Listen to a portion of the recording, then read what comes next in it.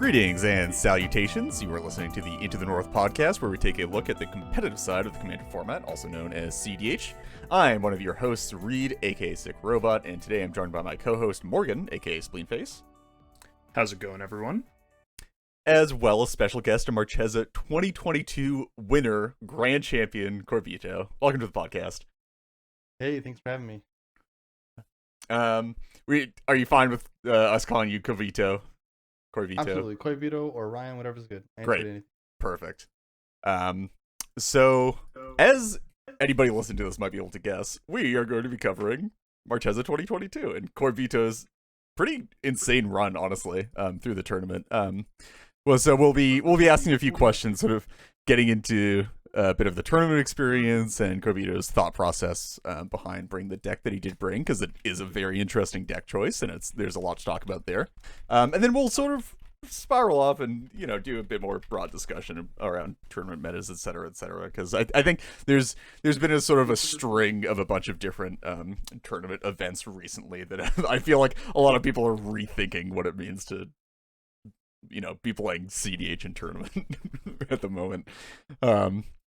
But before we get to that, we have some housekeeping to do. As always, we thank our new patrons, and I guess we'll go through and do that then. So we would like to thank Adam H., Stephen P., the Mind Sculptors, thanks Callahan, John H., and Curtis S.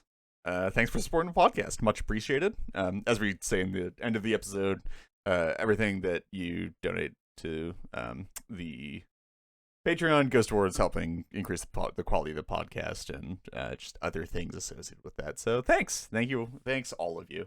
Yeah, I'll say it. You rock. We'll keep going until we get a C&D. That's all right.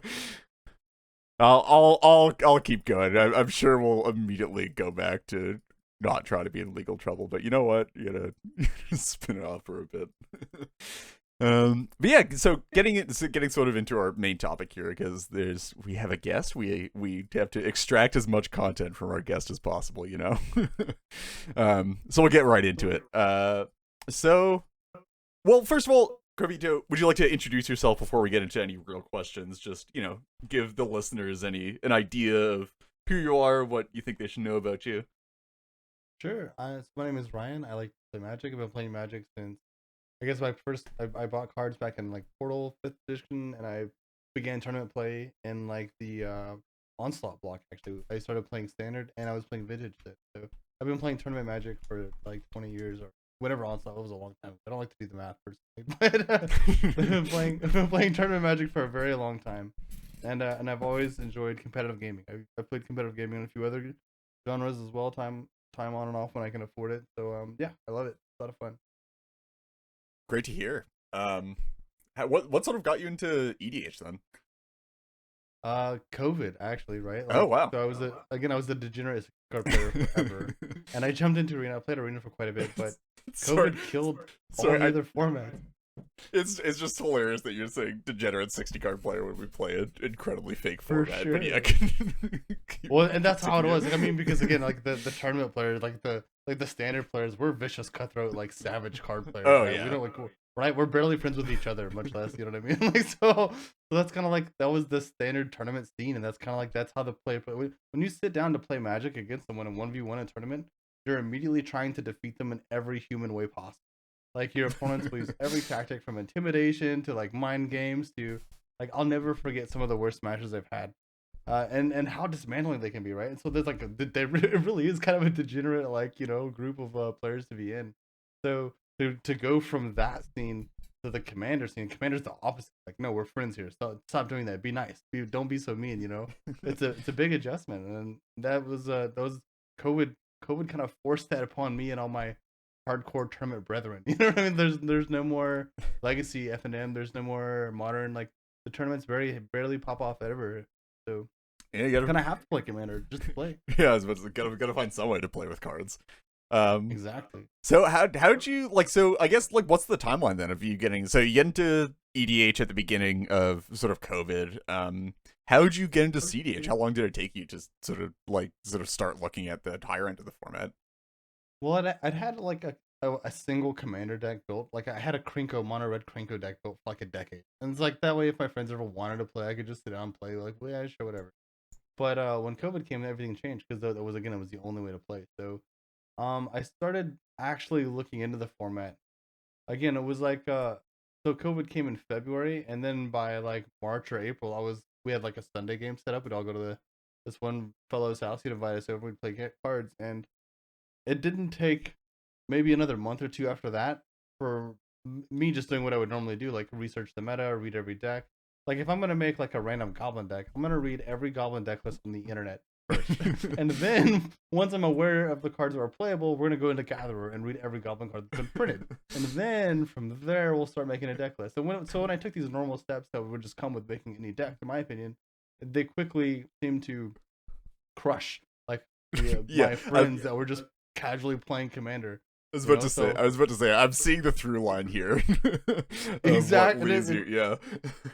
Every time it just would be the same way, and they would give me newer rules like, okay, Ryan, like we understand that the commander we gave you last time seemed weak, but somehow that was ridiculous. You can't play that anymore. You have to stop that. All right, so now you have to play with the prismatic piper of the command zone. Exactly. You're not allowed to play basic lands. Like, I would get newer, weirder deck building rules that I had to conform to in order to like not make something that was absurd or not that these decks were insane, but they're like at least too insane for the casual commander scene.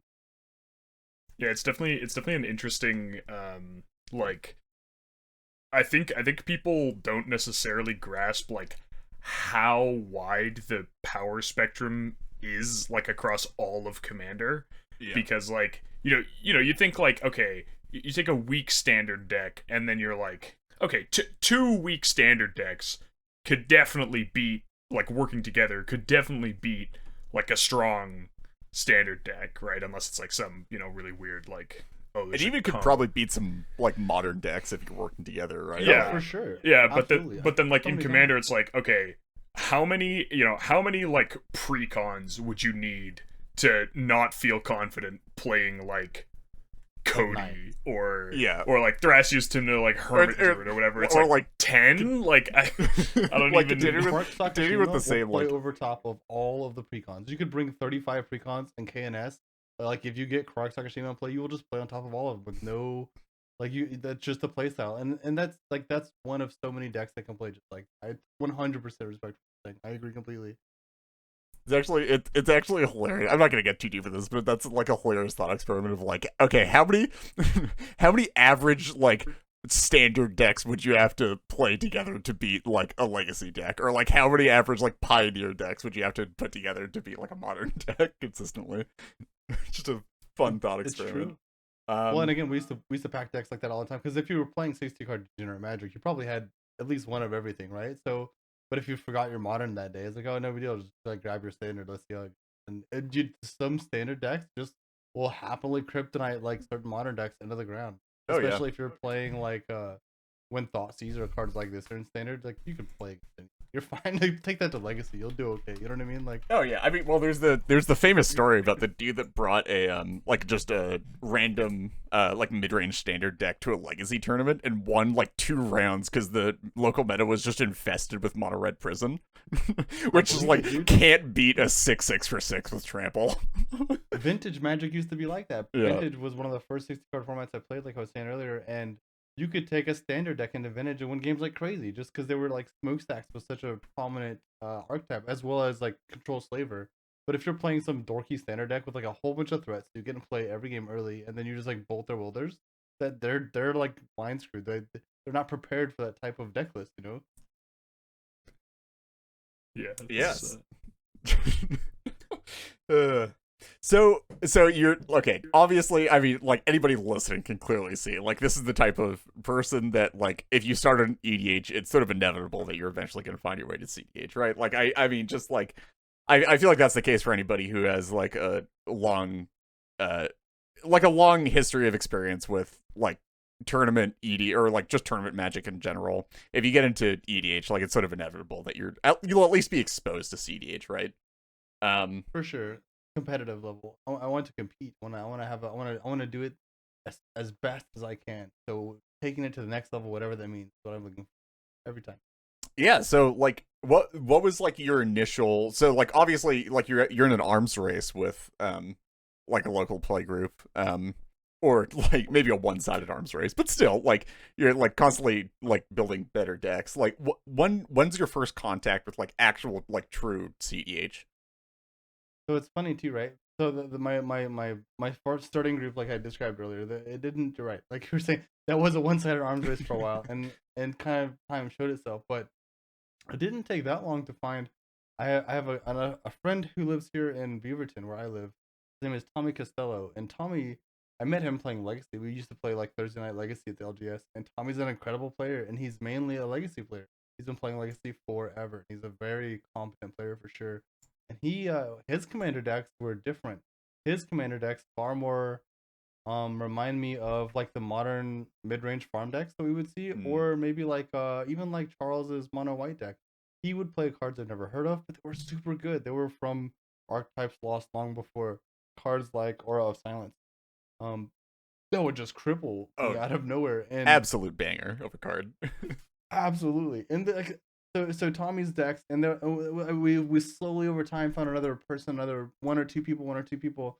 And I would say that now, just from gathering these really potent players one at a time, I wouldn't say that I've got like maybe 6 or 7 players that I 100% respect and revere as peer at a card table. And these people play incredible things, and they play differently than me a lot of the time. Some people have maybe more same play style as me, but they're super strong players. So it was inevitable that when we started playing against one another as our primary opponents, we all had to respectfully up our game consistently over and over again, just kind of keep up with the local race.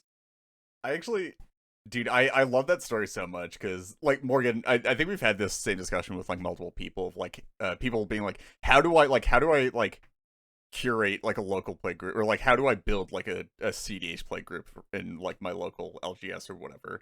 And like I think our answer is always just continuously look for and pick up people who like you respect as players or who you enjoy playing against, and just like slowly try to integrate them into a local playmat. That sounds like exactly what you were doing, right? Absolutely, and it's kind of like an obvious sink or swim too, right? Like when we invite people in and they have a hard time, or they like can't scoop up a win after a couple of rounds or a couple of different games of trying. It's like, okay, well, thanks for trying, and it's almost like that thanks for trying is something I never have to say. They say instead, it's like, thanks for giving me the chance to try out like EDH the way you guys play it. I have a new respect for it, and please replace me with someone who can keep up. You know what I mean? Like the players are never sad to be kicked out per se, and it's always the opposite. They're excited to see it from a new perspective, and they always walk away with a new kind of respect for the game. Like it's like that anime scene where it's like, oh, I didn't even know you could be so powerful. You know what I mean? Like you get to see that, yeah. Exactly. I mean, I've been in that position tons of times, you know, so it's always cool to see it for them too. Definitely, yeah. And the end game is when you get to the point where you have like a large enough core of competent players that like you can actually, support a few people who like who are learning and getting better and maybe aren't quite at that level yet. There's a story of a player in our local playgroup before the pandemic kind of shut us down, who he joined, and he was like a quick study, but when he started showing up, he wasn't very experienced, and like he'd been playing with us for a few months, and then some other new players showed up, and we spent a lot of the night sort of coaching is too like formal a word, but like giving pointers and tips and just pointing out, hey, sure. watch out for this, hey, you maybe don't want to do that because of whatever.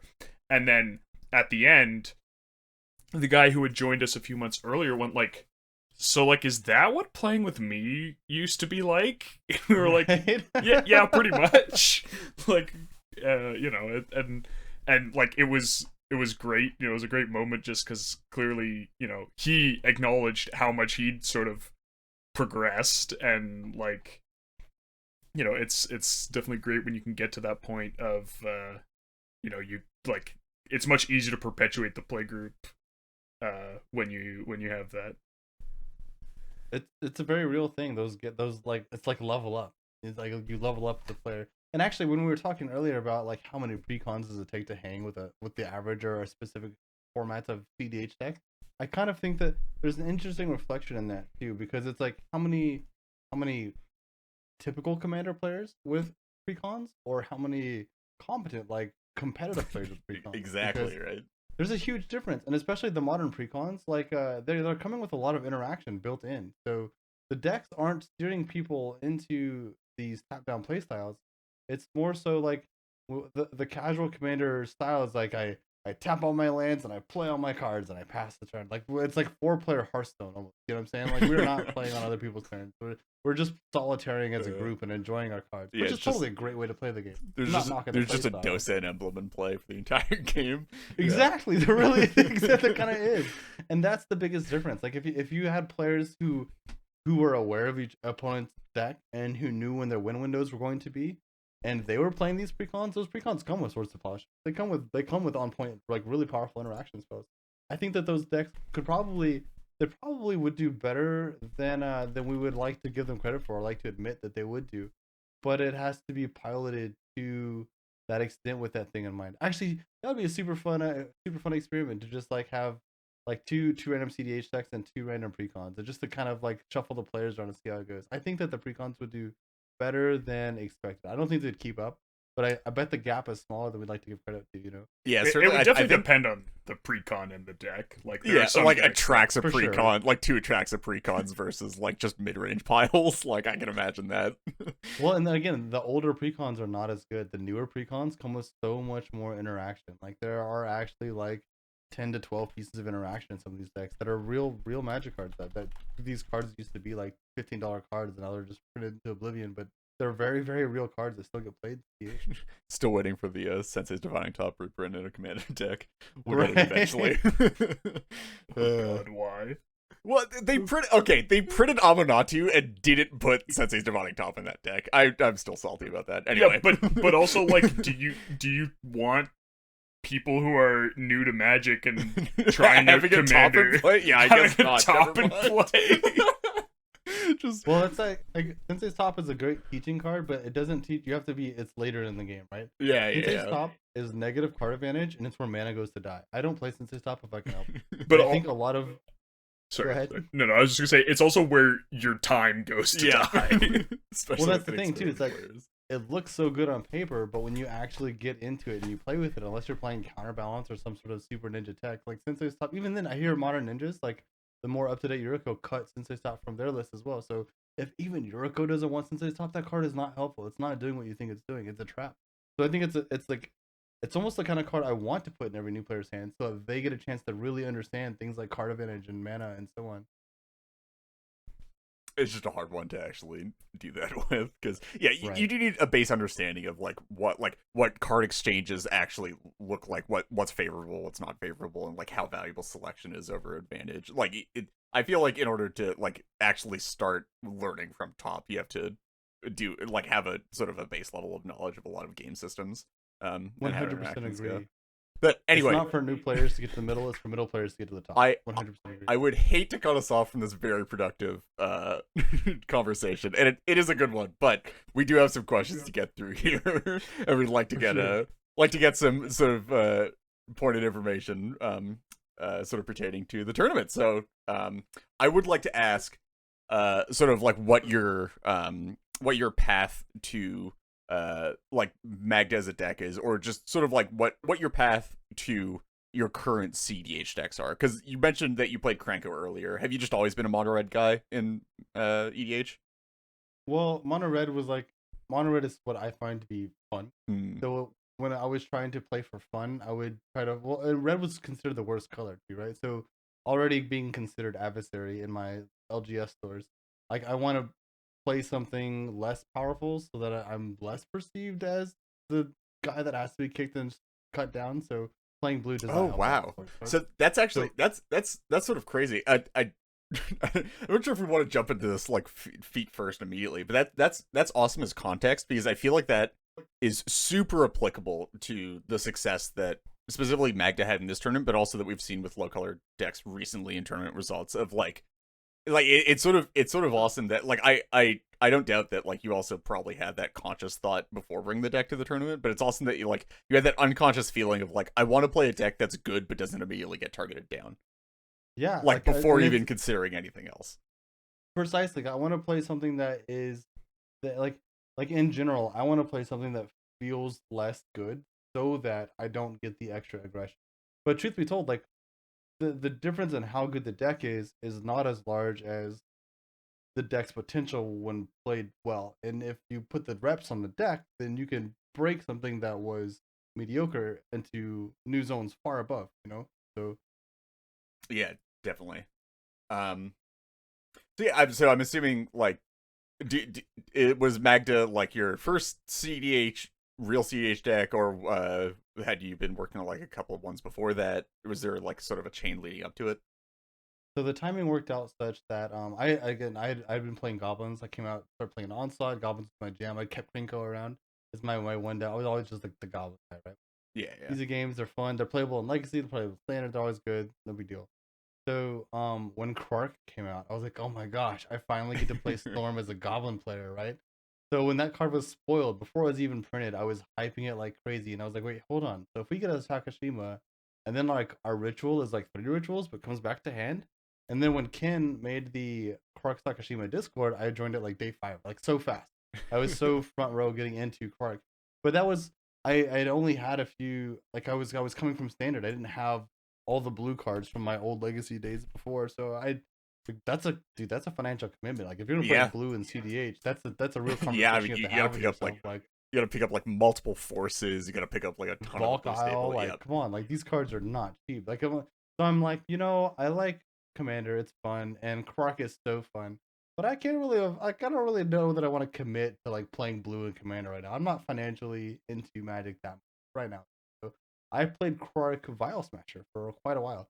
And just wow. get the Goblin Boys and just trying to Yeah, see what sure. Rakdos could do and have a good time with it. And the deck turned out to be it was in that weird spot where it was too good to sit at a normal table, but it Mhm. was also never going to win like a proper cEDH game, like my real harmful interaction spells for my opponents were like Burning Ink or like Thoughtseize. Right. I think that like Krark mathematically has this thing. I know obviously he's breakable through Sakashima or Thumb and stuff, but Krark's natural proposal is pay 1.5 times the mana cost, could double the effect of the spell. Yeah. And so when you pay 1.5 red for Lightning Bolt and you get 2 Lightning Bolts, if you kill 2 creatures, we're now creating card advantage of mono red at a budget price too. Like that's really good. So that's the way I played Quark Vial Smasher at the beginning. So I played Quark a lot, and not necessarily the way he's played now, but on a more fundamental understanding of Quark, trying to make a value machine of it. 1.5 Thoughtseize, or I'm sorry, 2 Thoughtseize for 1.5 black is very, very, very good, and this would cause a lot of disruption in a lot of games. Obviously, you could just go tails over and over again, Oh and yeah, but Quark is just memeing you. But it's actually that's an awesome take on Kark that I'm not actually sure that I've seen before. Just like, yeah, because like obviously the reason why hand attack isn't particularly good in the format is just because it's like hard to convert on a like a 1-to-1 trade, and you have to like target the right person and all that stuff. But if you're thought seizing like 2 people out of 3 on every thought seize, I don't like the decks in cEDH are pretty soft to thought seize because it's not really in the format. So I can certainly understand how that would be like actually pretty great disruption. absolutely, or duress even, right? Yeah. Because they'll get the Tainted Pact or the Demonic Consultation or the Adnals that just sits in hand for turns as they're waiting for the right time. Or if I'm trying to do something like pulling the counter magic out of the way, like they're super powerful spells that are very seldomly resolved now, and especially on 1 CMC spells because you go from having to pay that 1 to the average of 1.5, as opposed to like a spell that costs 3. When you try to play that 3 to cast spell twice in a turn, you're like at 6 mana. That's not a real game. Like if you're playing Oh yeah. 6 mana into sorceries, you've already lost. And I mean, We're- every Quark player has experienced that with Jessica's Will and cEDH of just like, Yes. well, I'm gonna try to slam this and it failed. I'm gonna try again and it failed again. Well, that's 6 mana for nothing to show for it. Exactly. That's not where you want Quark to be. You want Quark to be on those. Well, and again, when he's independent, like the lone Quark, that's where the 1 CMC cards that can represent a single card turn into small value machines, and that was a cool way to play it. So I played that for a while, for like 6 months, and then I was like, okay, so Quark is a lot of fun, and my boys on the internet are in this Quark Takashima because I was in the Quark Takashima Discord right away, even though I wasn't playing it. I was still helping with math. I made some cool spreadsheets and stuff early on, and super hyped for the community. And then like I'm starting to see these videos, and I'm like, well, these guys are doing a pretty good job, but I feel like there's something missing. Like I officially want to play this so bad that I bought the cards. jumped into blue red, and then I played Quark Sakashima for a long, and that deck was so fun, and it was just such free farm. Like everyone thought it was terrible. That was great, right? First off, disrespected at the table, awesome. Love to hear it. And then when the second you start to do anything, like the idea of like we have no idea when to interact because none of this makes any sense. And it was another deck kind of similar to Magda where having a super thorough technical understanding of the rules really just enabled you to go ham to really make the real kill windows or to deny your opponents the windows for them to interact. And it was so much fun. That's where I want to say that's where my gameplay definitely pivoted from like strong commander into competitive EDH. The Quark Takashima deck won so fiercely through so many other things. It lost to almost nothing. My win percentage in the first 6 months of Quark Takashima was gross. I think that was probably true for everybody else playing the deck too. Well, especially after the upgrades and specifically Tavern Scoundrel, Stormkill Tavern Scoundrel, Stormkill Artist, Tavern Scoundrel, Harmonic Prodigy, just like Prodigy, they ran like the like huge swath of upgrades that got printed like immediately after. I feel like that was kind just of like unnecessary. There was like because I certainly think that like Morgan, I think you hold this opinion as well, that like it wasn't actually necessarily that good of a deck before those cards were printed, but it sort of like left a very like deep initial impression on the community consciousness at large that like, oh, it's a fun deck, but it's not particularly good. And the upgrades got printed, and then for like a solid 2 months afterward, that persisted when the deck was like actually like legitimately good after those upgrades.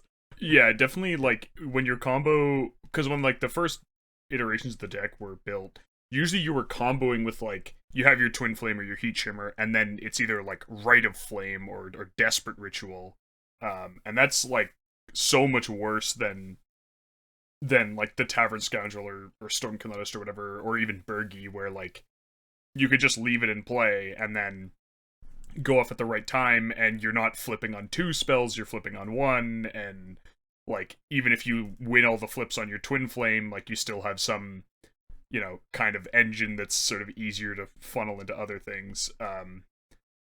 But yeah, I think it's a percentage likelihood of succeeding when you go for it, right? And that's the whole deck's premise is that it is the quote unquote non-deterministic. But when you add Bergie or Stormkill Artist, it becomes very close to deterministic very quickly. And even deterministic sometimes. Well, maybe not deterministic, but guaranteed. There are exactly there are lines that are definitely like that. And it doesn't take very many storm cards to find yourself in that game state. It's also I think it also like it's a great position deck for people who aren't super experienced against it, because like you look at the list and you're like, man, like Dispel and like Miscast and like, you know, those kinds of, you know, more restricted pieces of interaction like seem like they should just be great against it, right? You know, compared to like creature based mid-range decks where generally if you sit down with a deck that's meant to answer like turbo decks and Nas and stuff, you're going to be like, okay, I have to be mindful, you know, like this Yisan, I don't have a lot of things that interact with it, so like I need to make sure I'm finding something to shut it down or whatever. But you're like, oh yeah, you know, I'll just like throughout the course of the game, I'll be drawing my Swan Song and my Dispel and like all of these things, and like those are good against Quark Sakashima. It's on like 50 instants and sorceries. And then like you start playing and you realize like, am I really about to like Swan Song this Git probe? Like, is that yeah, or like this Overmaster? Like what are we? It's not even a real Git probe. It's like a pretend Git probe, and I have to Swan Song it. Well, I definitely lose, right? Like, yeah, I 100% agree. You know, there's a card that actually crushes Quark Sakashima. The Hullbreaker Horror.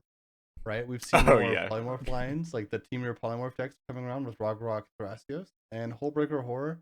Like it's so abrasively disrupts Quark Sakashima. Like you just let them, like you let Quark get its spell and then its second spell on stack, and then when your horror is in play, you just like counter their real spell, and then your horror trigger, you return their spell copy to their hand, where obviously it does not ever return. Yeah, or like even if you get it into play ahead of time, you're just like, okay, so I'll bounce your Sakashima, and then when you go to replay it, I'll just bounce your Quark in response, and you're just like, yeah, all right. Being able to pull the copies off of the stack with the horror's return spell to hand is so clutch. And then, just like you said too, for anyone listening who doesn't understand the way to beat Kark Sakashima, especially back in the day, you just wait until Sakashima's coming into play, and that is when you kill Kark. You Yep. essentially kill Kark and Sakashima at the same time. That even worse, like they might have to find a way to kill their own Sakashima so that they They can can replay it for reset 6 it. mana. Yeah. Yeah, it's pretty rough. That is the strongest counter deck. All right. So actually, having had this discussion now, the fact that you got into cEDH on Croc Sakashima and then somehow escaped that bear trap and brought any other deck to a cEDH tournament in the next like 3 years is incredibly impressive to me. Because I don't. It just seems to be like people who start or like get into the whole. I'm not. There's no shade being thrown here on Croc Sakashima, the deck or the pilots, but it seems like a deck that is very polarizing, and the people that play it tend to not play much else, or like tend to like very very consistently like bring it to tournaments and events. Well, because you're playing a different game, right? Yeah. Like, Kark Sakashima definitely provides you with that. Like you guys are playing Magic, I am entering the like so that is the feeling that that gives you. But I had at my LGS, the clubhouse, I host events and I run tournaments. And last fall, I ran some competitive EDH tournaments, and everyone like I would as I would be running the event, I would seldom get to play myself. Like if we had 3 people show up and we needed a fourth for a pod, every once in a while I would like pass the event running mantle to a manager at my store instead, and I would jump in. And oh my goodness, I had a recorded game where Korok died like 7 times. Like at some point, I'm sitting there in my chair. I'm like, man, I feel kind of tilted right now. Like what's happening? You know, why do I feel so frustrated? And I looked at each opponent's graveyard, and there were like 2 to 3 interaction spells that had all been at me. Like it was like 7 interactions. Like they killed my thumb. Like killed Kark 3 times. I played Kark's thumb. They're like, abrade that thumb. I'm like, what? Like, are you kidding me? Like I have 3 lands and my commander costs like 19 mana, and you're gonna kill my thumb right now? Like that's it's such like and that being I had it coming, of course. Again, like I did horrible things to everybody I met and knew and loved with Kark Sakashima for like 6 months. So obviously I deserved this. I'm not saying it was undeserved, but that feeling that I got and how impossible it is to win that uphill battle if you're respected or feared that way at the table, I could not play Kark at a higher level event. And I felt so bad too because everybody that showed up with Kark, it looked like they had that same experience that I had when playing in my local tournament. So I was like, ooh, I feel bad for you guys, but that is not the right deck to show up with today. Yeah, it's actually we had sort of the same thought around Cody. Yeah. Where like we took it to tier 1 con. Some people had said, oh, you know, the deck's just kind of glass cannon, like just, you know, keep a counter spell. And like that was not our experience in playtesting. You know, like there were lots of pods where it was like 2 people went, yeah, I've got a counter spell, and then the pod died. Yeah, for sure. Cody can do that. Yeah, but then like so we took it to tier 1 con. You know, Reed obviously took the whole tournament down. I made it to the semis. My semis pod was everyone agreed to mulligan to turn 1 interaction. I was like, all right then. And like we went, okay, if we take this to the next tournament, like exactly the same thing, right? Like it's just going to be targeted down on site. And it's interesting, like, you know, I think we saw a little bit of that with Winota, and then I think we also saw it with Kark Sakashima, where it's like, oh, okay, now people sort of, you know, they get what the deck's doing. They get like that it has its like breakout performance or 2, and then people like catch on to it. Yeah, people catch on, and then it's like, oh, we just, you know, it's like, oh, we just can't let them stick like that important piece, right? Like if we let them get the multiple Krarks, then like everything else just becomes so much harder. Or like if we let them stick Winota and get some triggers, then like, oh, you were planning on removing it. Well, they just flipped into like some, you know, protection creature, or like even a Grand Abolisher or Thalia. Like now you can't. The mechanics are really respected instead of just kind of like, ah, no big deal. It's like, okay, no, we've seen this win tournaments. We understand how your build works, and we respect you enough to not let you have that. We're not gonna react to you. We're gonna proactively try to pull the rug at least a little bit because we have. And that's like, but that's really the metagame and how it works. And it's so funny to you talking about your Cody experience. That happened at Marchesa, right? Like, yeah. Moving into day 2, my semifinal first round of the day was against Cody, and the first thing I did when I sat down at the table, well, it's so funny too. Gletsy, my friend from Portland, played Cody, right? He's a local boy. Yep. A guy that I've playtested with, and my friend, oh, I'm so excited to see you at the semis. Now that you're here, everyone kill this. Like, this is Cody. Yep. He wins on 2. Keep a hand that kills Cody, and that's what happened to him. Like in the semifinal match, I said like, oh, I had a bust hit. Like, my hand was okay, and then I taught back Jewel Lotus like a champ. So it was like Jewel Lotus, Magda, land, like crypt, like dwarf, like vehicle, go. And then the next player after me was playing. I want to say he was playing like Silas File Smasher or something. It was no, it was Armix. He had Armix and something else. He was playing like a mid-range value deck, and he turned 1 wheels. And Cody had to discard Ad Nauseum and like 2 mana rocks and a fish, and like it was over. Cody lost right then and there. He never got to do anything significant the rest of the game.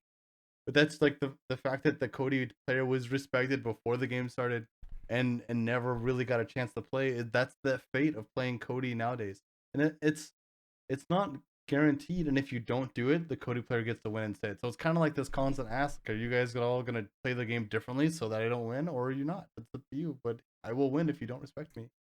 Yeah, it's definitely like I think it shifts a little bit, right? Because like then it's like everyone goes, okay, well we have to respect the Cody player, and then like one person in the pod goes like, okay, but like if they're both respecting, like if they're both respecting the Cody player, like maybe I can just go for whatever. Like one of the examples we had was like during our testing, Reed was playing the Hermit Druid list that we wound up bringing, and I was playing like typically something a little bit faster, and like our meta was just really control-y. So like he'd rely on the other 2 people in the pod to keep some kind of interaction, and like the hands that he would keep would just be like, all right, land Mox Diamond dork pass. like so that's and the funniest part about this to me is that, so Koibito, you just told the story about Glusty in the tournament, and I'm round 4. Yeah, I mean, right. This was round 5. It was the first semifinal. No, it's round 6. Sure. Yeah. So it's actually hilarious because both of these come together to. I actually played in a pod with Glusty in round 5 of the tournament, and I did that exact play pattern of there were 2 other relatively mid-rangey blue decks in the pod, and I mulliganed to 6 and kept a hand with nothing but dorks, lands, and a tutor. Right. And that dude, and it's so funny too, because moving into that match, I and I had the advantage of turnover too, right? And I knew, like, not only did I get to go first starting that semifinal round 6, but after me was the blue control player, and then after it's just like the perfect turn order, right, for you in that so position? Like moving into that semifinal match, I was 100% like Cody's gonna win on turn 2 probably, and what I'm gonna do on 2 is tap down to play Magda. Yeah, like I'm gonna 100% like leave this burden on the player 2 at the table. I am gonna 0% contribute. But there is something to be said though, right? About like you're on Magda, the rest of the table fully understands that you're not going to be the person to interact with Cody, or like you don't have the the burden of the expectation of interaction, right? So everybody else is like, well, I guess we have to more aggressively look for the interaction here. For sure. And ironically, like after he got wheeled pretty fiercely out of the game, my turn 2, having the Jewel Lotus accelerated my turn 1 a lot. Turn 2, post wheel, I played a Spear of Resistance, which actually did end up locking Cody out for the rest of the game. So I didn't plan on being like the killer for the Cody in that match, but it kind of worked out that way eventually. The turn 1 wheel obviously was the real hard part for him, but okay, so actually, now that we've gotten to this topic, do you want to sort of just walk us through? It doesn't have to be necessarily extensive, but do you just want to give us like a quick walkthrough of your tournament experience, just to make sure that the everybody knows sort of the sequence of events here before we get talking more about like the actual specifics of the event and like what you thought about the deck and all of that? It was so crazy, and again, like having played with my local group, my players that I test locally are very competent. They're very good players, and they know Magda well. They understand it nearly as thoroughly as I do, as they've had to in order to not let me free win all the time. So when I sat down at Marchesa with Magda, several of the playtesting groups, I don't playtest online very often, but I had a little bit, and I've been playtesting with Magda online, and my opponent seemed to be aware of it then too. So I expected most of Marchesa to be on that level of, oh yeah, Magda, we know what you're doing, we know what you're up to, and that's why my deck was built to win in middle late, not to win with clock combo early. So when I got through like round 2, round 3, and it's like I'm just playing dwarves and like dragons and Lord of the Rings and like, don't worry about me, guys. I'm here to RP Yeah, and have a I'm good not doing time. anything. Yeah, for sure. And like, that's not my play experience. Like when I play at my play group, the second I sit down and shuffle anything, they're like, fucking watch that. You know what I'm saying? Like, Yeah, right. I'm not allowed to just do things and get away with things. And Is that a that's like, dwarf? You're not allowed to have dwarves. do that and for real. Like Yeah. if I were to go back into my store and if I were to play like a cleric, I'm like, clerics, he's up to something. Kill that cleric immediately. Like we don't know what clerics do yet, but we're gonna like watch them closely and Google them as we play against you in this round. That's exactly how my normal local testing experience kind of has always been. When I called my good friend Patrick, who gave me advice about how to play against Cody at the beginning of the semifinal day, he's like, "Man, how's it been playing in Marchesa?" I'm like, "Dude, Patrick, you know how when we sit down, like everyone focuses us until we're like dead in the game? Yeah, dude, I know exactly what she was like. That hasn't happened once. Like nobody has respected me as an opponent, and it's been so fun. Like getting to play Magic without being like focused or tunneled or like super acknowledged. It's like, oh, it's so like, it felt way too free. It's like I can just do whatever I want. You guys really don't care? Okay, like sure, like this is what Magic could be like. Who knew? It was like super free, but it did feel kind of I don't know, like undeserved or unfair. Like Hmm. this isn't how what I expected the play experience to be, but I wasn't necessarily upset to have it either. Yeah, I mean, it's just I feel that though it's sort of you may not have expected it, but I certainly feel like it maybe isn't necessarily an objectively unexpected experience, right? Just because, especially for like IRL event, like for online events, I feel like you'll see a lot more, like a lot higher ratio, just like the online, either like event grinders or just people who are constantly playing games online and are seeing a very wide range of metas. Where like in real life, yeah, like there are a lot of people who are just there for because they're in the area or because they're local and just want to play in the event and don't necessarily like play a whole lot online, or they mostly just play with their IRL play groups and don't really get a wide swath of just like meta experience with different decks. So yeah, I mean like you might think that it was unlikely, but I think it was like pretty it was pretty likely, I think, that it actually would happen again if we were to rerun the entire tournament in like another city or Well, something like that. and Without the context of you having like won already.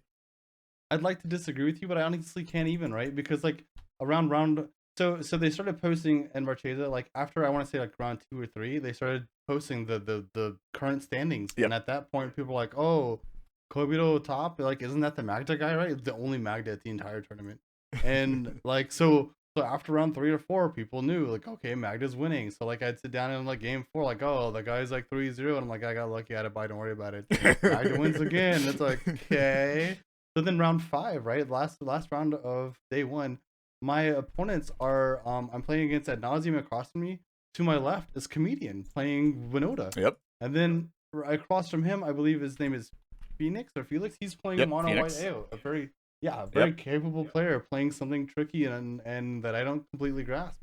So spooky, right? Like real players, real match, round 5, and they're like, okay, so cool, you're playing Magda, and we know what that is because we play Destiny. We're real Magic cEDH community members, and you're 4-0 right now. So yeah, I hope you had a good time winning all those games, but that ends here and now, and obviously we won that game. So right, like I'd like to disagree and say like, oh no, not that people know it wouldn't be like that, but Comedian and Felix let me win that same game that same way. It's hard. Yep.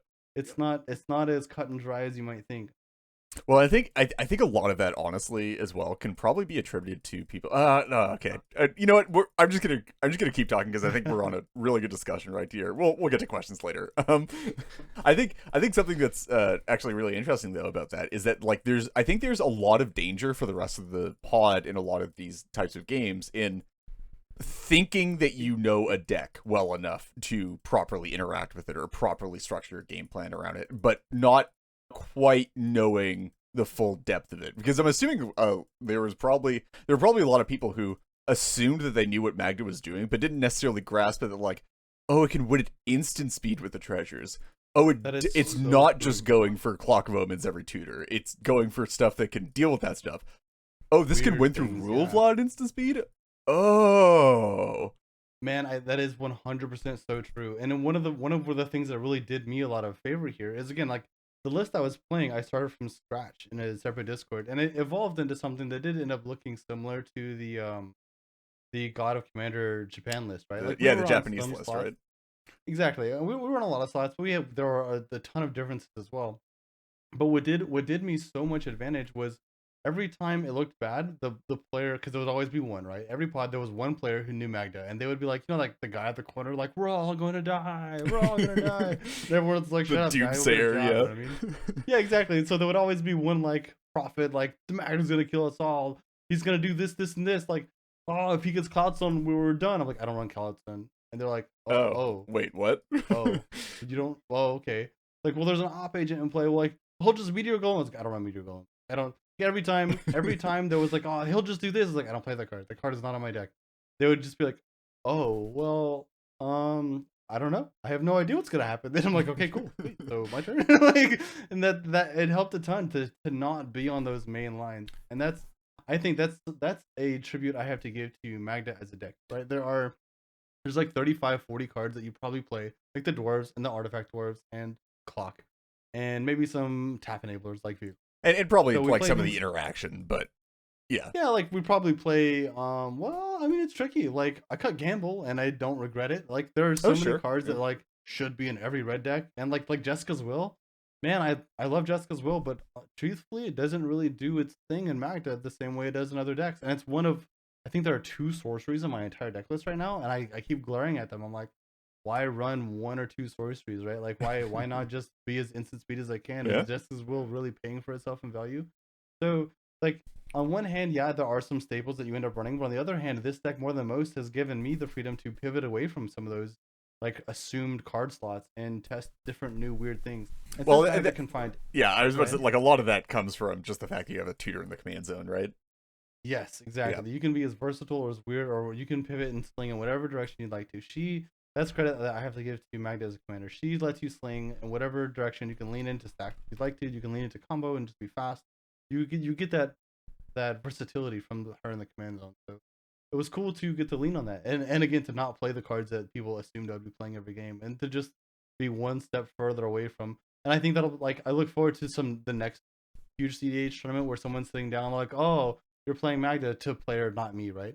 Yeah. And they're like, yeah, but I'm not playing that card or this card. Like, I'm not playing any dragons. I'm not even playing Clock of Omens. And you're just like, oh no, like what does it be? Like, still have no idea what's going on. entirely possible, and they could have a savage deck that with entirely new win lines. Like she's so versatile, and maybe it's just just the first search is coat of arms, and we're like, oh shit, you know what I mean? Like the commanders like that. It's so fun. I will say I definitely like having talked about Magda with a few people.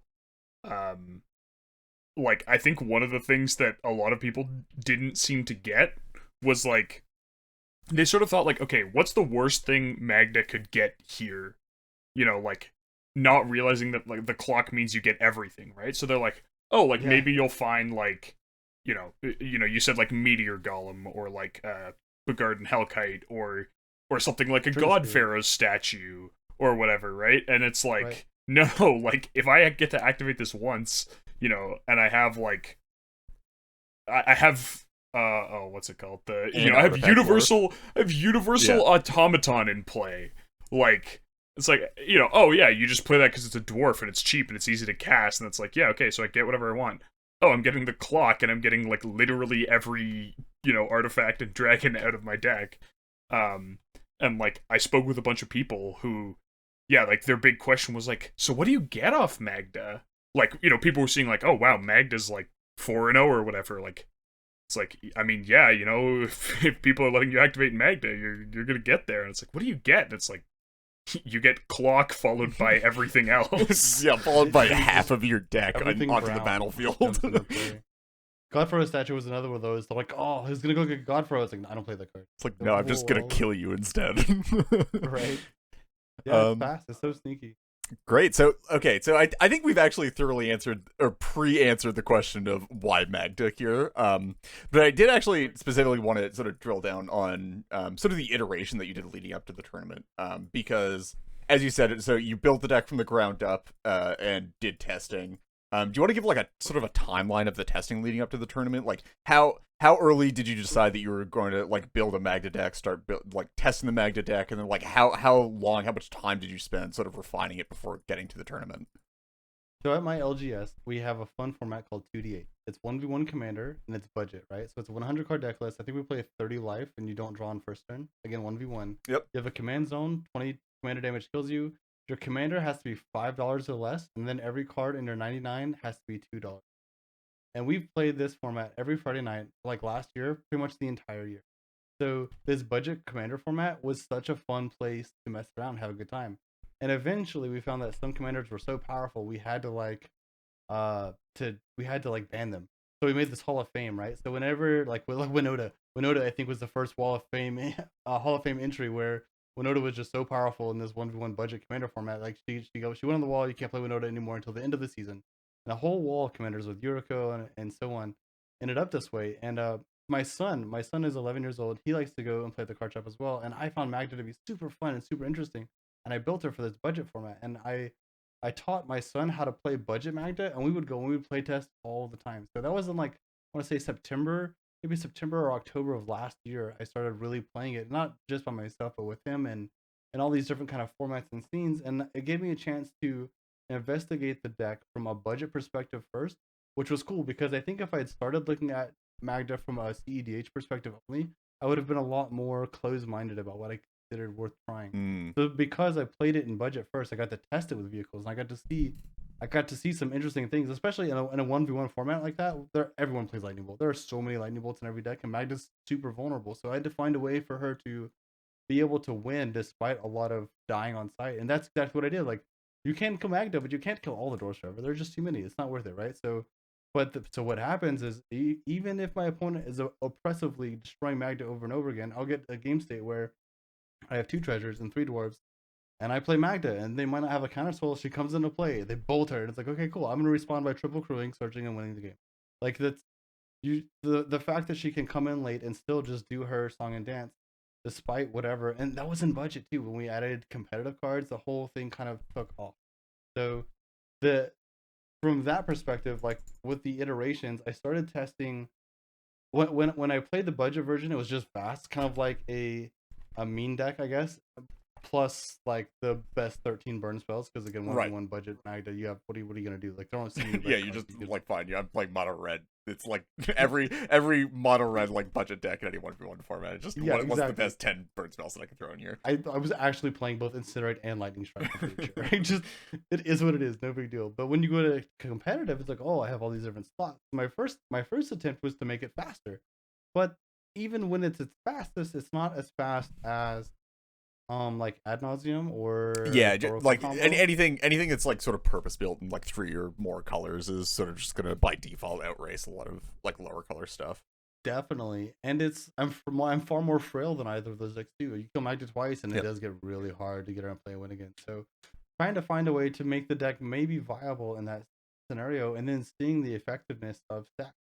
I had a friend at my store. He's another devoted mono red player, more so than I actually, and he was trying to make Rionia work. And when he built Rionia, he just like, well, I'm out of good red cards, so I guess I'll just throw stacks in here. And he was playing Winter Orb, and I criticized him harsh. I'm like, dude, Rionia's like a storm deck. Like, you want to play your spells. Like, these stacks are getting in your own way. And then later it occurred to me, I'm like, but they're not getting in Magda's way at all. This is like, what you're doing is bad for you, but it's so good for me. Let me try that. You know. So I started trying stacks in that slot instead, and it worked out super, super well. That is actually sort of just hilarious, because that's such the monocolor problem in a nutshell in cEDH. Is like, you get your first 80 cards in the deck, it's like, well, what's left over?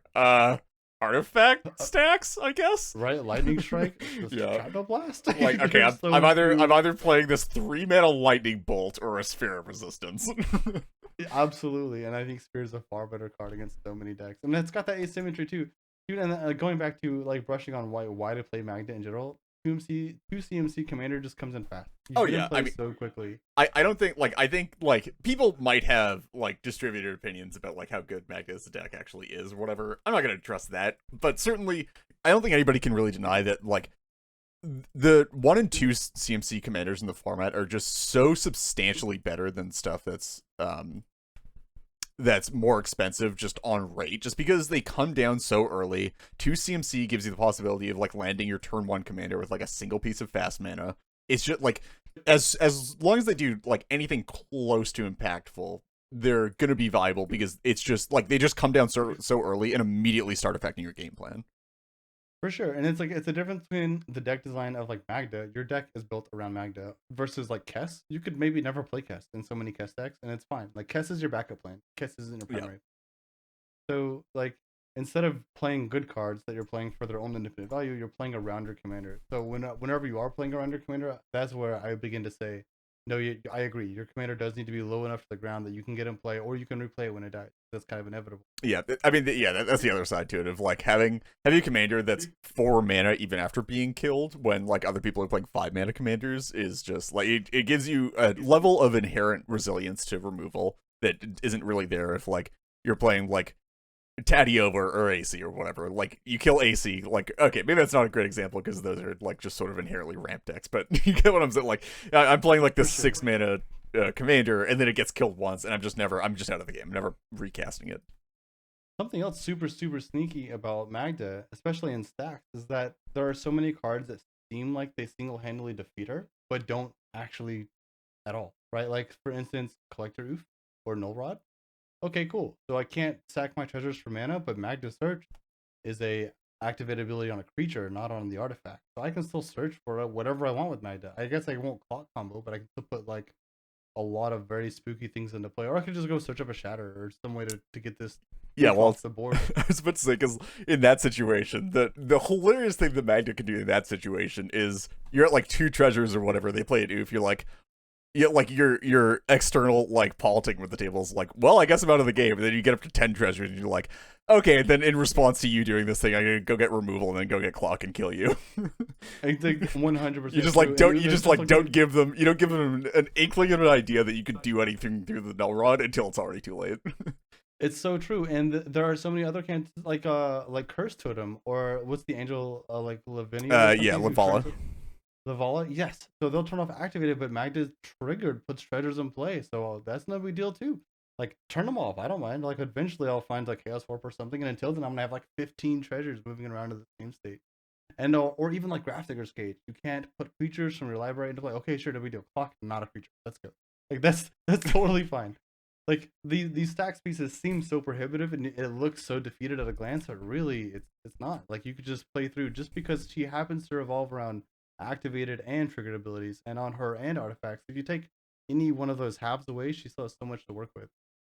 Yeah, definitely. Okay, so I'll pair a couple more questions, and I think we're sort of we'll get to the end of our interview segment, although it's definitely not the end of the episode. So it's sort of 2 parts in terms of, so first of all, were there any like big takeaways from the tournament aside from what we've already talked about that stuck out to you? Like anything like aside from like the importance of a deck that people don't necessarily think is threatening, any of that, like is there anything like specific to Magda or that like you saw otherwise? I think that kind of like we were talking about earlier when I talked about like playing precons but playing them differently. Like if you buy the new commander precons and you just tap out every turn, yeah, you're gonna die just like that. All the ad nauseam players. Yeah. However, if you keep interaction up, then you don't die. Because even if you don't have a card in hand that stops them, they don't know that. They don't know that they've got that green light to go. So they'll play more cautiously and more slowly. So that was one of the biggest takeaways I had. When reflecting on Magda and her ability to do well in this scene, I think a lot of it was like, yeah, I tap out, but I only tap out on turn 1 or 2. After that, I prefer not to tap out unless I'm tapping out with transfer or something like this in play.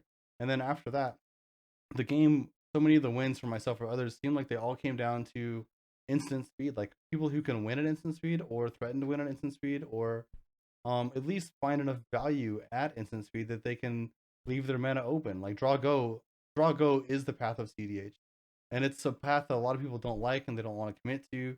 But if you're not playing draw go, you're eventually going to get left behind. And being able to win at instant speed, I think, is going to become more and more mandatory as time goes on.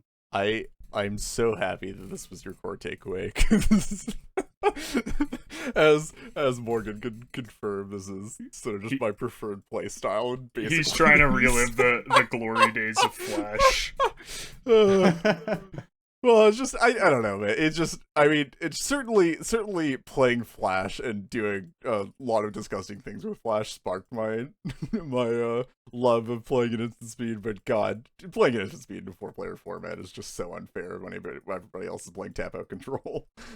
Dude, it really is, and I think cards like Tails End are definitely like Tails End is so underplayed. How do we not play that in everything blue? Like, I guess 1 in a blue is kind of a lot, but the versatility on that card is nuts. Like, it's good against everything. Find me a deck Tails End doesn't perform against. Like.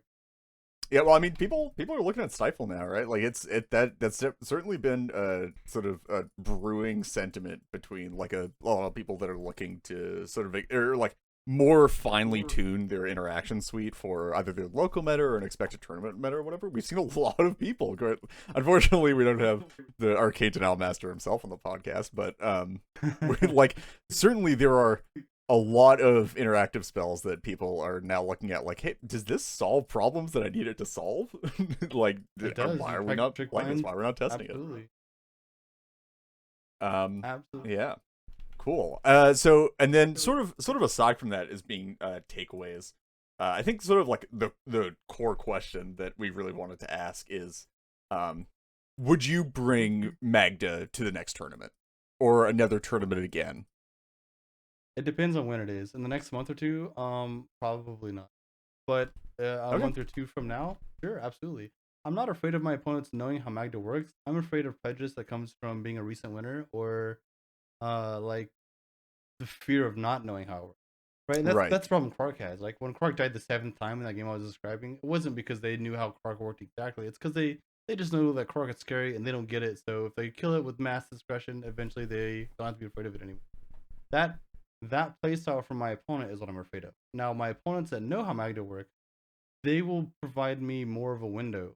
But opponents who don't know, who just kill it out of fear, they're secretly throwing the game to the Oracle next to them without realizing it. That's what I'm afraid of. So I would probably avoid that window of time, give people time to understand how the deck really operates, so we can play fair commander, like with that mutual understanding in mind. I definitely sympathize with that. One of the tournaments I went to, I played Orvar, and I was doing pretty well. And Orvar's like another, much like Kark Sakashima, it's a deck where like all your like you have all these combo pieces that are instants and sorceries, and people are like, oh well, I have like Dispel and whatever, and then you're like, cool, I'll cast like this random, I'll cast Twiddle targeting like Peregrine Drake. And then it's like, sure, you can counter my Twiddle, I don't care, right?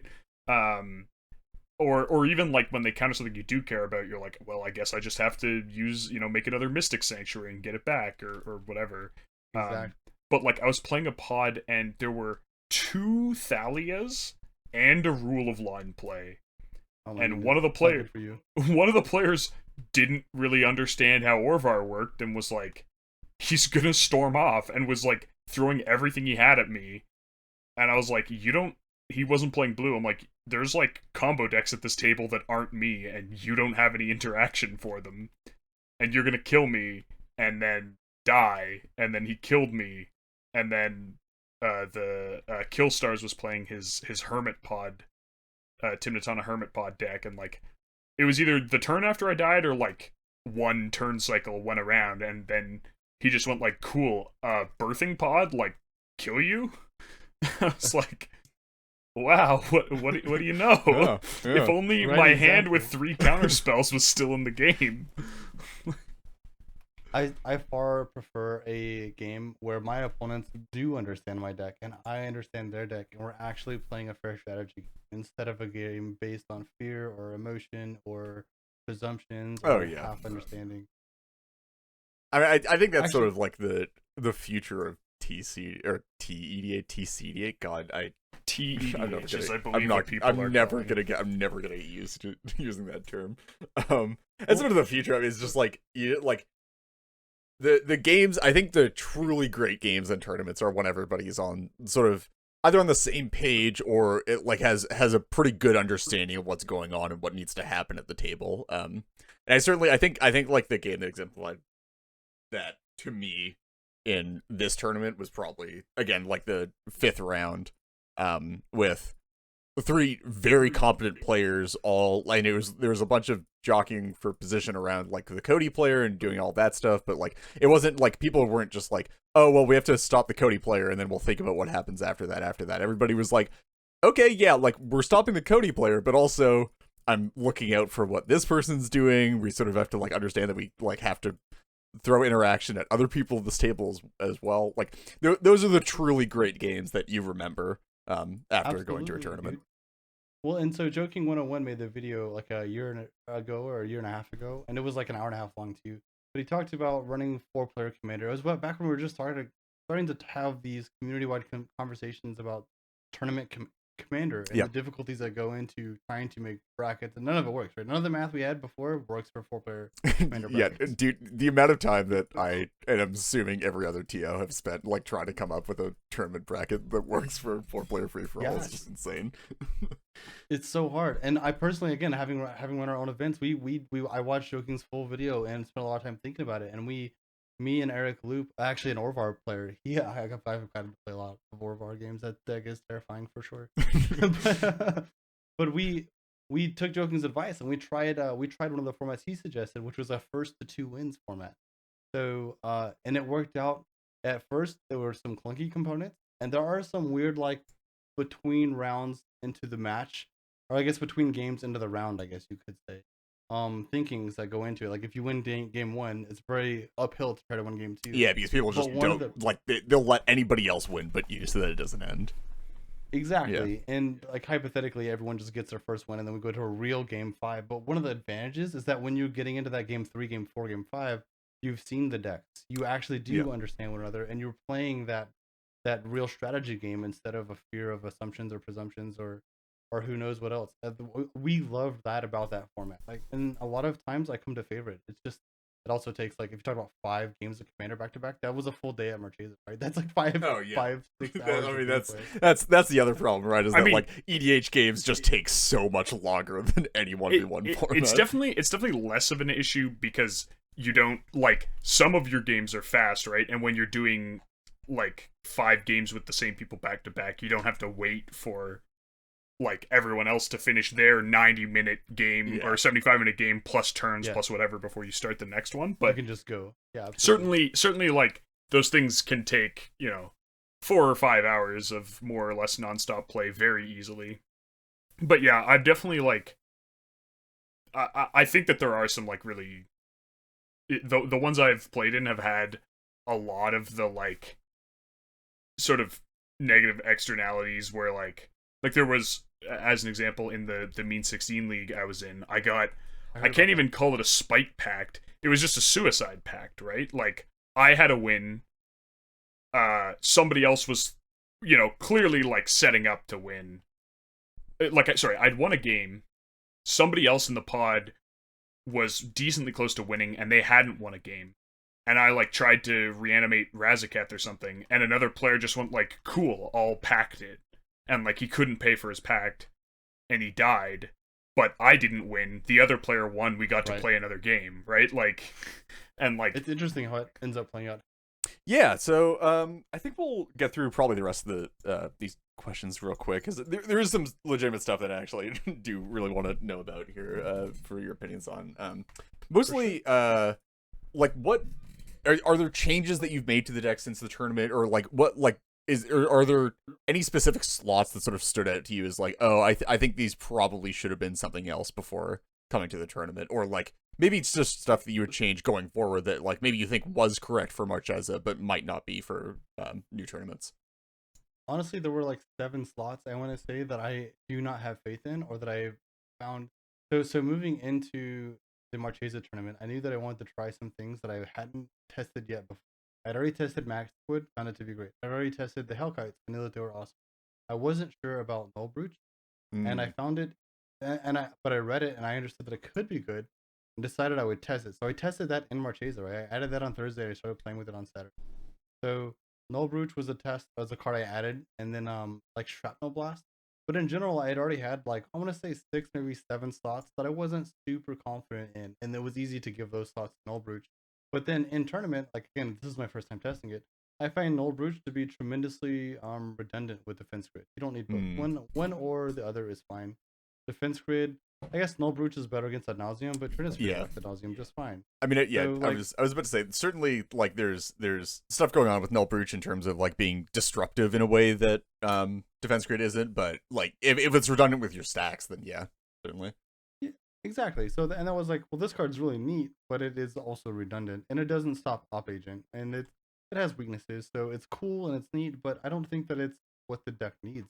And the same thing was true for like the Volgarden, Hellkite, Skirk Prospector, Maskwood kill line is neat, but you're still relying on Elixir loop where if I'm gonna have a redundant, because it was an acknowledged redundant win con just in case, but I still rely on Elixir. So I would rather instead have that redundancy be safer. So I think I've cut the Skirk Prospector, like kind of turning that loop off and replaced it with a different dragon. Like there's a 5 to cast Gargan Hellkite. All you need for his win is infinite mana. So now I have two solid win lines that are mostly versatile playable cards that don't require anything in common except for Clock of Omens itself.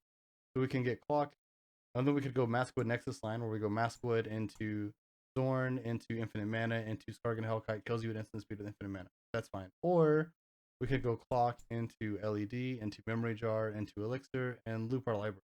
But we don't have to. The fact that they're completely different after the clock gives us more opportunity to pivot to one instead of the other, instead of having to put all of it in play when we try to win. Yeah, that's certainly. I mean, it certainly it's a solution to a problem that a lot of monocolored combo decks have. Is just like typically in monocolor, you're just the combo lines are pretty limited in terms of like what actual combos are playable, and then it's sort of hard to find redundancy. So it's good that like you've put a lot of thought into finding like redundant combo lines that make you a bit more resilient to just like randomly having things not available to you that like also aren't super necessarily like just like reducing card quality in your deck and just like forcing you to play like multiple terrible cards, right? Well, that's like it's always at a cost, right? Yeah. Like playing those combo cards, like Colossus Oracle isn't very good unless you're winning right now. That card's pretty dead in your deck. There's always, and that's the trade-off. It's like, how good is this card at winning versus what does it cost me when I draw it, and I'm not trying to win the game with it.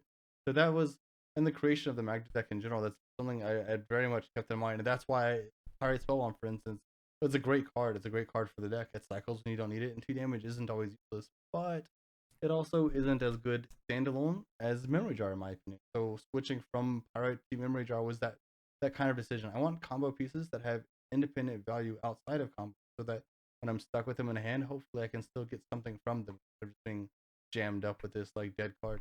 Yeah, definitely. Morgan, I'm not actually sure if you want to ask the question, but certainly we had a discussion after the tournament, just like looking at the list, and I know at least one card that you were talking about. I don't know if you had other like questions. Yeah, so I guess wanna... yeah, I don't want to turn this into like a big let's no, analyze all your card choices, but like certainly there's I think just like asking and getting reasonings or just like getting your like getting like picking your brain on thoughts about certain effect types, right, or like classes of effects. Yeah, so the first one was like obviously the Bogarden Hellkite lets you beat specifically Collector Roof. Like it you can build up 10 treasures, kill the Oof combo. I was curious about like some other, like now that you're not doing it as your kill condition, like some other way to kill things. Like you mentioned someone thought about Meteor Golem, or the first thought for me was Spine of Ishsaw, just it gets around Torpor Orb and like Cage, and it can Hushbringer, and it can kill like Suppression Field came to mind, obviously. No Rod and Stony Silence, like things like that. Was there, like, did you give any consideration to that? You know, I played them both. I played Meteor Golem for a long time, and then I switched it for Spine, and for a little bit I kind of played around with both and neither and one, and it kind of came to, man, that card is so dead in hand when you get it. Look, not that Bogarden Hellkite isn't also pretty dead in hand, but it's not nearly as dead in hand as, right? Like, I am playing a deck with treasures. Like, getting 8 mana to cast the Hellkite isn't convenient, but it can actually happen. Bogarden Hellkite also has Flash. they can like surprise. I'm gonna cast from hand this 8-mana dragon, and I'm gonna block from, and at the same time, I'm gonna blast Draenith Magistrate and Op Agent to the moon. Like this card can come down at weird late games. I feel like it has more versatility than the other two, but I also fully acknowledge the weakness the deck ends up with when there isn't a search that just searches into play and resolve. And in the Marchesa tournament, I was playing a dwarf that had an ETB to shatter something like a barbarian smasher. I don't even remember some dwarf number 19, and he's not a dragon or an artifact, so I couldn't tutor him into play unless Maskwood was already in play. So I get why I get the appeal of Meteor Golem and Spine because they do let you search for an answer to any one permanent. But I would rather up the number of shatter spells I'm playing, which is something I've kind of done like in my last 2 or 3 weeks of testing. Like Raise the Effigy is a card that I think that I've really enjoyed in testing. I don't know that I'm gonna move away from it. Being instant speed, having the option to pump the guys is super silly when it comes up. But I would rather play more shatters and then assume that I'm gonna like play better, keep my shatters in hand until I need them for a really rainy day, and then just find that liquid metal to torque their permanent into an artifact, shatter it, and then now I've also found the liquid metal to enable my combo. Like there's such synergy there when you can have that line. And I think in Marchesa I was on a strong number of shatters, like 6 or 7 or 8, and I think that I probably want to be on something like 9 or 11 instead, and have that be the main win style. Like use liquid metal, torque liquid metal coating, or even like the Ashnod's Transmogrification. Can I use that on someone else's creatures? I wonder if I can only use that on my I'm own. actually not sure. But I mean, either right. This card's just so silly. Yeah, it's just any creature, but yeah. Right. Now I have to look it up. Yeah, so that I know yeah, what the it's any person creature. is. Yeah, it is any person's creature.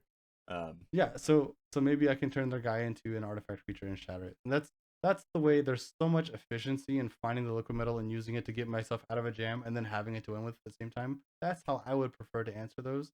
And I get that it's a greedy line, kind of, but I'm not yet ready to give up on it. So that's the biggest reason I was playing those before, moved away because they were super dead in hand, didn't have the flexibility of Garden Hellkite, and then my real goal for how to get out of those scenarios is more about keeping a braid or shatter in hand instead of using them on something that's not super essentially important. All right, folks, you heard it here. Play exactly Stony Silence. Right. Literally unbeatable. I mean, until I tap liquid metal coating and turn it into an artifact and shatter it. For sure. You can't activate. Yeah, you can't activate it. Oh, you two. You know, so playing against Charles, the mono white player, Yeah. I found a brand new card when I start playtesting. It's called Anarchy. I don't. If you haven't read this card, I totally suggest you check it out. Oh my god. Yeah. Not- It's a fun one. That's harsh. Yeah, there we Okay. go. Yeah, Goodbye, Stony Silence. the one other Goodbye, the one other sort of card evaluation question that I had was, you said Memory Jar is less dead than Pyrite Spellbomb, which I think is a fairly uncontroversial take. The only concern I would have with it is specifically since the printing of Kamigawa Neon Dynasty, does that affect, does the presence of Boseiju and Odawara affect your evaluation of a win line that involves drawing your opponents through their entire decks, or do you have a tool set specifically that you think deals with that effectively? Or So it's interesting that you ask, and I love this question. And it's actually it's a path, right? There's a line in this thought train, and it's hard to admit to myself where I am on it, but it, like, truthfully, the destination doesn't really care. So Boseiju gave me terrible fear the entire time, and especially every time using Jar, it's like, man, what if they just get their thing? And because of that, that's one of the reasons I switched to the Hellkite kill, because it was a little bit safer once I realized it. But so with that in mind, it also strikes at the value of defense grid, right? Well, what if they Boseiju defense grid and then Crozan crit my clock? Ooh, that's super spooky all of a sudden. Now we're getting into big danger. Boseiju definitely represented a threat, and it made me not want to play the Jar line for sure. It definitely made me want to avoid the Jar lane when possible. So I still think Jar is worth playing. finding memory jar in response to someone's Thoracle. It happens all the time still. Like I'll even have jar in play, and they're like, "Oh yeah, cool, it's a vintage card. We don't care." Thoracle, I'm like, "Sweet dude, Thoracle." Dorky 5-mana console, artifact your that deck's doesn't do gone, anything. sweet. Immediately dies. Yeah, exactly. And like jar, so jar is still super helpful if for no other reason, just for defeating Labman, Thoracle, Hermit Druid kind of things. But as far as whether or not we're vulnerable when we're playing with Seiju, the fact of the matter is that when we're in this stage, those loops only play after you've resolved your clock combo. And if you've played your clock combo, you should have infinite 10,000, 100,000 untapped artifacts and floating mana and everything that you could ever need. And with this comes unlimited use of your elixir as well. So, like, who cares? Like, real talk. Like, I played around them. I was afraid of them, and they changed the idea of those cards changed the way I played, especially even in Marchesa. But the real conversation is that once you have your combo, they can't really do anything. Like if they Boseiju you, you just respond again by tapping 2 more artifacts, winning the game in response. Like the once you get to the clock line, the only thing that can begin to threaten you is split second. And at some point in time, you should just like if you just put an activation of elixir onto the stack and then untap your stuff and then just build on top of that. Even if they close and grip your thing, that's fine. You just resolve down back to where your elixir was and then go back up on top of that. You don't really need to respect stage. You don't really need to respect any of those cards because none of them can actually interact once you've got the clock combo online. Well, so I guess the one thing I could see happening is if you have your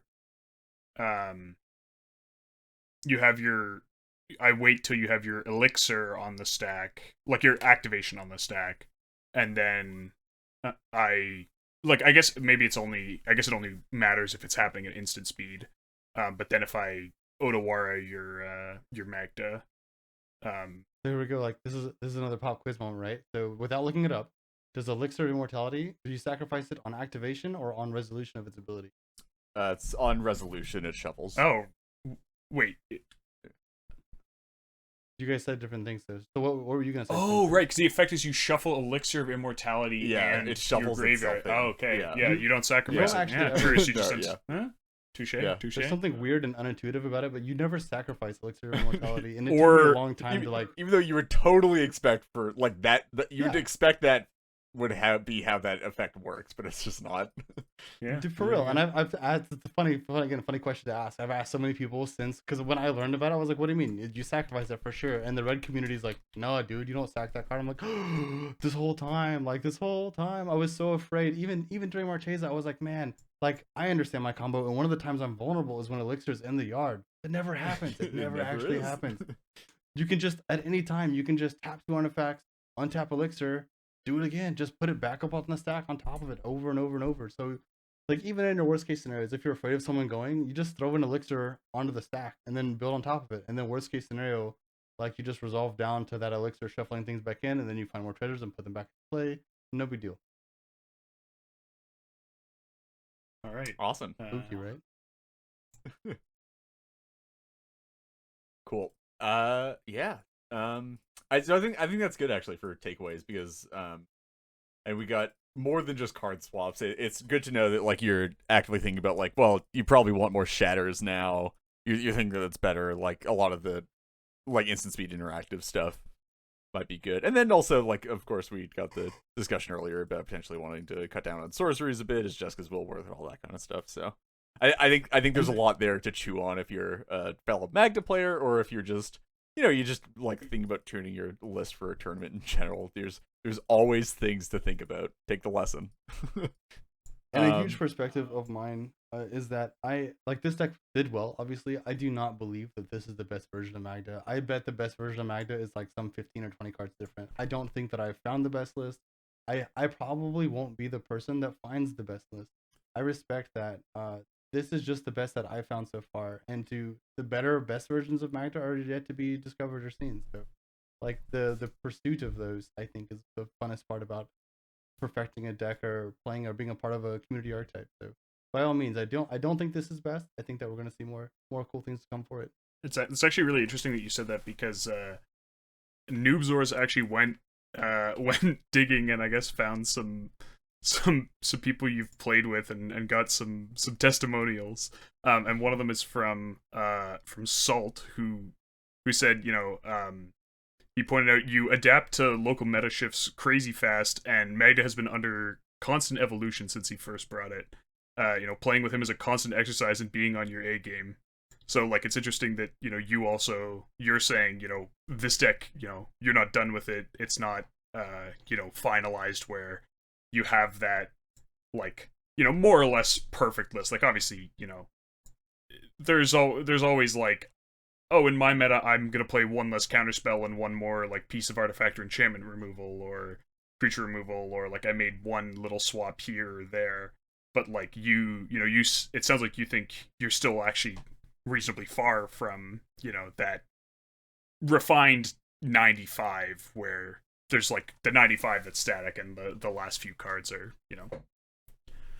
Definitely. And there are so many changes that have come. Like, if you look at the deck database list for Magda 6 months ago to now, there are cards that were assumed to be permanent staples then that I was happy to not play, and I've been happy to not play them since then. It's a thing that I've seen, again, I've always enjoyed in competitive gaming, and it's a self-doom foretold. Anytime a competitive gamer feels like they've gotten there, they've achieved that number one spot, they are the best. The second you think you are the best, you are done. You've stopped learning. You've attributed yourself to be the number one champion, and you're no longer going to grow the way that you were last week that led you to be that best version of you that actually performed well. So yeah, definitely that's my perspective for this deck or for any other deck as well. If you think that you've gotten there, you've actually begun to die. That's the first step of death. Instead, you should stay open-minded. Keep fighting for that top spot, otherwise it will be taken. It's funny. So some of the discussions Reed and I have had on, like, particularly the Thrasios and Tymna card quality piles that we have a tendency to sort of iterate through, where we're looking at, like, just incredible cards. We're like, okay, but is Assassin's Trophy, like, really just, like, not good enough? Like, do I really want to be playing Dispel? Are we playing all of the dorks? Are the Mono Green dorks really good enough? I know we're on Tymna, but really, do we need all of these hate pieces? Is Oof good enough? Can we just cover everything else with Dranith and Op-Age and stuff? It's so true, but like, thinking that way is necessary. Otherwise, you'll get stuck in conformities that make you like last week's top place instead of next month's top place. Yeah, it's definitely a good way of thinking about it. I think that is a great lesson to leave off on. Koibito, thanks for coming on the podcast. Much appreciated. You're welcome back anytime. I think it was a great time. I think we got a lot of great insights and a lot of good stuff for our viewers and listeners. For sure, we should play some commander games sometimes, guys. Hey, let's play some pre-con. Let us know. I'll play pre-con, you play something. We'll see how it goes. We'll have the tightest 4-way pre-con game ever. Dude, I would love that. Actually, I would absolutely love that. I'm totally in. All right, great. So before we sign off, do you want to shout out anybody, shill anything, promote anything? Go for it. For sure, I gotta respect. Like, you guys mentioned Salt. The guy is an incredible card player. I love playing with him, and he has a few other friends that play very, very well. And again, talking about finally meeting the best 6 players in my area that I could, that always gave me amazing games. He's definitely very high on that. We almost have like a standing weekly game we try to play. So he's a great lad. And then of course, if you're ever in the Portland, Beaverton, Hillsborough area, come check us out at the Clubhouse. We're a small LGS. We got that LGS vibe. It's like same 5 staff and people know your name and so on and so on. That's kind of our scene. That's what we like to do. We love the game, like to play fair, we like to play fun and respectful Magic, and we hope to continue growing the community here locally in the greater Portland area. So come check us out if you're in Oregon. Awesome. Well, thanks for coming on, and that about wraps it up for this episode. If any of our listeners would like to reach out to us with any questions, comments, or concerns, you can contact us on Twitter at Into the North Pod, via our email at intothenorthpodcast@gmail.com, or on our Discord server, the invite link for which can be found in the description for this episode. An extra special thanks to all of our patrons who help cover the expenses for our show and allow us to work toward improving the quality of the podcast. If you too would like to become a patron, we're at patreon.com/intothenorthpodcast. Another way you can support us is via our TCG Player affiliate link. Anytime you want to purchase something from TCG Player, if you use our affiliate link, which is in the description, a portion of your purchase goes towards supporting the podcast. Thank you, as always, to the band Vox Cadre for our lovely podcast music, to Nate Slover for our equally lovely podcast logo, and to our video editor, Manta Ray Hat. Next episode will be out in 2 weeks. Till then, see ya.